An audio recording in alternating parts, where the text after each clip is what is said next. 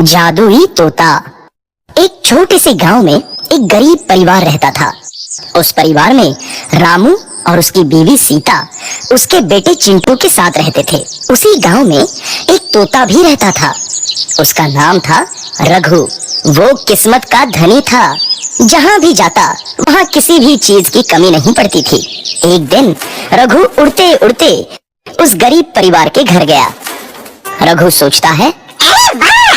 लगता है यहाँ आज बहुत अच्छा खाना मिलेगा। मैं पेट भर के खाऊंगा। वो एक कटोरी में रखे अमरूद देखता है। अरे वाह! अमरूद! मुझे तो ये बहुत पसंद है। मैं तो इसे पेट भर के खाऊंगा।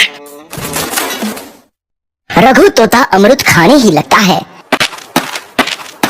तभी सीता रघु को अमरूद खाते देखती है तो गुस्सा हो जाती है और उसे वहां से भगा देती है। भाग यहाँ से! न जाने कहाँ से आ जाते हैं। मैं तो परेशान हो गई उनसे।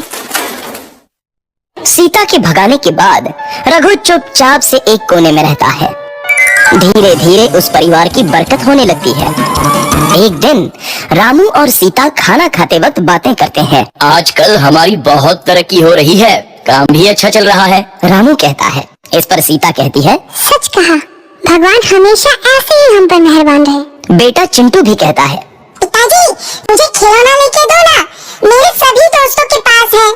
रामू कहता है, ठीक है, जरूर लाऊंगा। सीता कहती है, कितने खुश है सब। मेरे परिवार को किसी की नजर ना लगे। एक तरफ ऐसी बातें होती हैं, तो दूसरी तरफ रसोई में रघु तोता भी अमरूद खाते रहता है। मजा आया, अमरूद खाया, मजा आया, अमरूद खाया, मजा आया। तभी सीता रसोई में आती है और रघु तोते को अमरूद खाते देख बहुत गुस्सा होती है। सीता रघु को बाहर निकालने के लिए पिंजरे में अमरूद रखती है। रघु जब अमरूद खाने लगता है तो पिंजरे का दरवाजा बंद हो जाता है और वो उसमें फंस जाता है। मुझे बाहर निकालो, मैं यहाँ फंस गया हूँ, मुझे बचाओ। अगले दिन सीता पिंजरा उठाकर बाहर दूर उस रघु को छोड़ देती है। रघु के जाते ही उनके घर आई बरकत धीरे धीरे कम हो जाती है। उन्हें बहुत घाटा होता है। सीता कहती है, ये क्या हो रहा है? अचानक इतना कैसे बदल गया? अभी तक तो सब कुछ अच्छा चल रहा था। रामू कहता है, लगता है भगवान हम पर रूठ गए हैं। चिंटू भी कहता है, लगता है मुझे खिलौने भी नहीं मिलेंगे। और वो रोने लगता है और बाहर चला जाता है। कुछ दिन बाद रघु तोता फिर से उस घर में आता है। वापस आया, मैं वापस आया। अब मैं जमकर अमरूद खाऊंगा। रघु सीधा रसोई घर में चला जाता है और अमरूद खाने लगता है।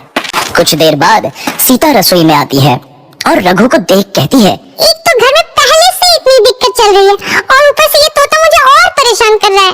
सीता रघु को वहां से भगा देती है। रघु उड़कर किसी कोने में छुप जाता है। कुछ दिन बाद धीरे धीरे उस घर की बरकत वापस आने लगती है।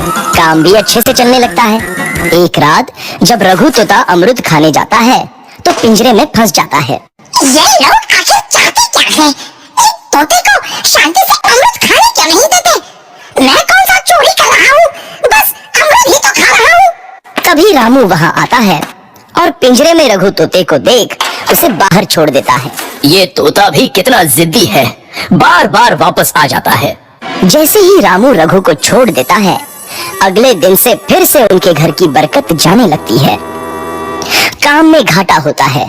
किसी को समझ नहीं आ रहा था कि ऐसा क्यों हो रहा है। रघु तोता घर आता है तो अचानक बरकत आती है और जब रघु तोता को बाहर निकालते हैं तो बरकत चली जाती है। एक दिन सीता रघु तोते के घर आने और बाहर जाने की स्थिति पर नजर रखती है। ये तोता जब भी घर आता है तो घर में बरकत आती है और जैसे ही ये घर से बाहर जाता है तो उसी के साथ बरकत भी चली जाती है। कहीं ये जादुई तोता तो नहीं है?